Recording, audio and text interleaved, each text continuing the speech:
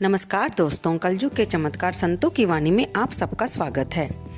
दोस्तों, आज की वीडियो में हम सुनेंगे कार्तिक महात्म्य का 28वां और 29वां अध्याय।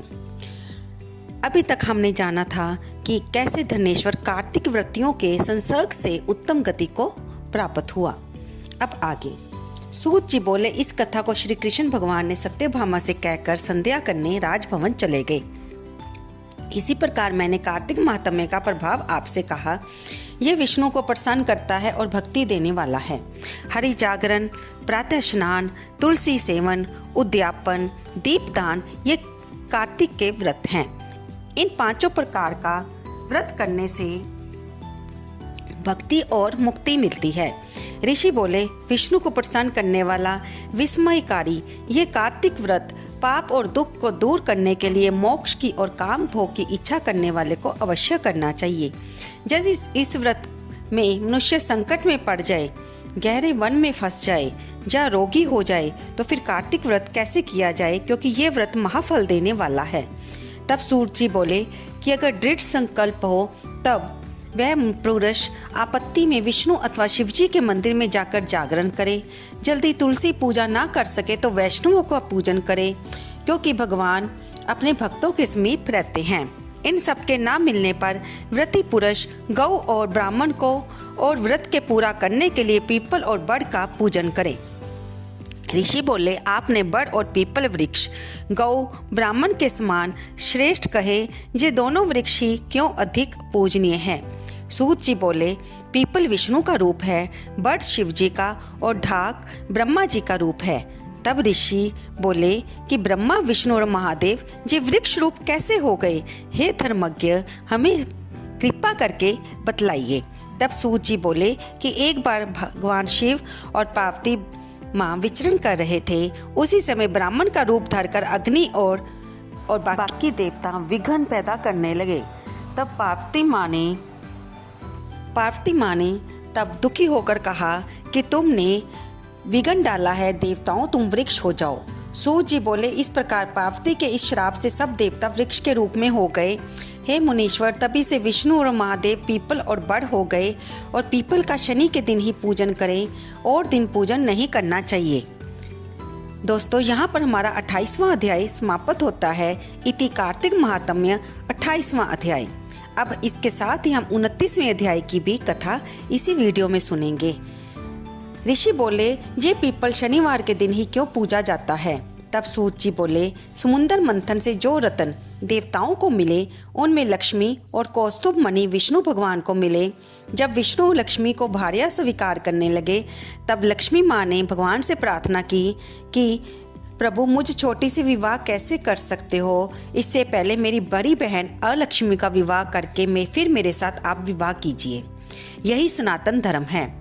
तब सूत जी बोले, विष्णु भगवान ने लक्ष्मी की बात सुनकर उद्यालक मुनि को अपने अनुरोध से अलक्ष्मी दे दी।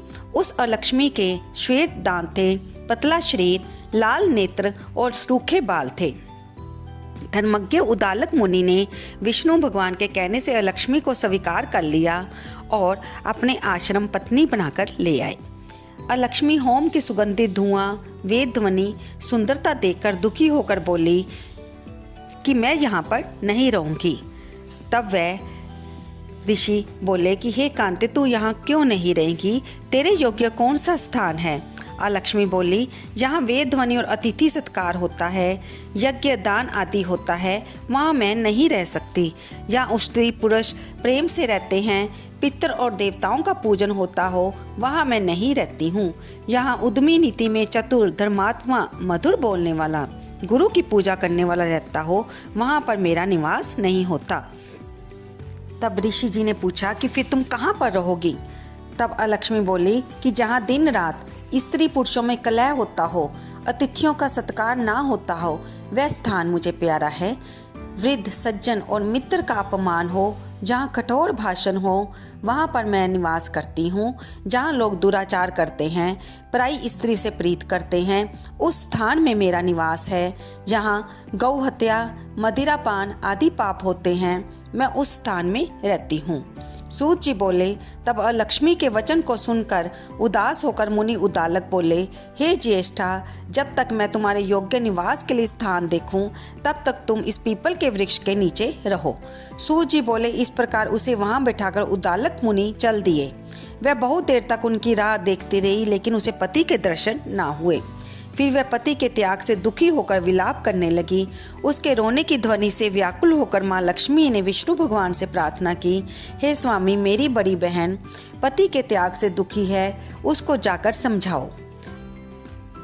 भगवान विष्णु माँ लक्ष्मी के साथ अलक्ष्मी के पास गए और उसे सांत्वना देते हुए कहा कि तुम पीपल में निवास करो, पीपल हमारा ही अंश है। तुम्हें भी जहाँ स्त्रियाँ अनेक प्रकार की भेंट देंगी और तुम्हारा पूजन करेगी। जो कोई वर्ष भर तक तथा कार्तिक शुक्ल पूर्णमासी को पीपल का पूजन करेगा, उसके यहाँ लक्ष्मी का वास होगा। जो शनिवार को तुम्हारा पूजन करेगा, उसका सूत लपेटेगा, उसके सभी मनोवांछित कार्य सिद्ध होंगे। परंतु दूसरे रविवार के दिन जो पीपल का स्पर्श करेगा, वह दरिद्री हो जाएगा। ऐसा कहकर भगवान अंतर्ध्यान हो गए। ये कृष्ण और सत्यभामा तथा नारद और पृथु का संवाद मैंने वर्णन किया है। इस कथन को सुनकर सभी ऋषि बहुत प्रसन्न हुए और वे प्रसन्नचित होकर बद्रिका वन में दर्शन के लिए चले गए।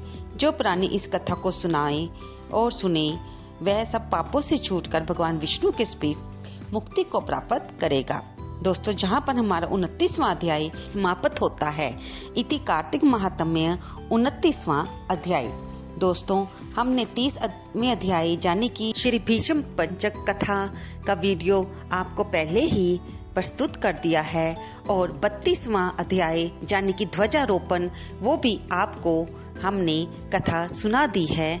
आप श्री भीष्म पंचक कथा और ध्वजारोपण कथा के वीडियो का डिस्क्रिप्शन में लिंक दिया गया है, आप उसे क्लिक करके सुन सकते हैं। आपको ये वीडियो कैसी लगी, इसे लाइक करें, शेयर करें और सब्सक्राइब करें। धन्यवाद दोस्तों।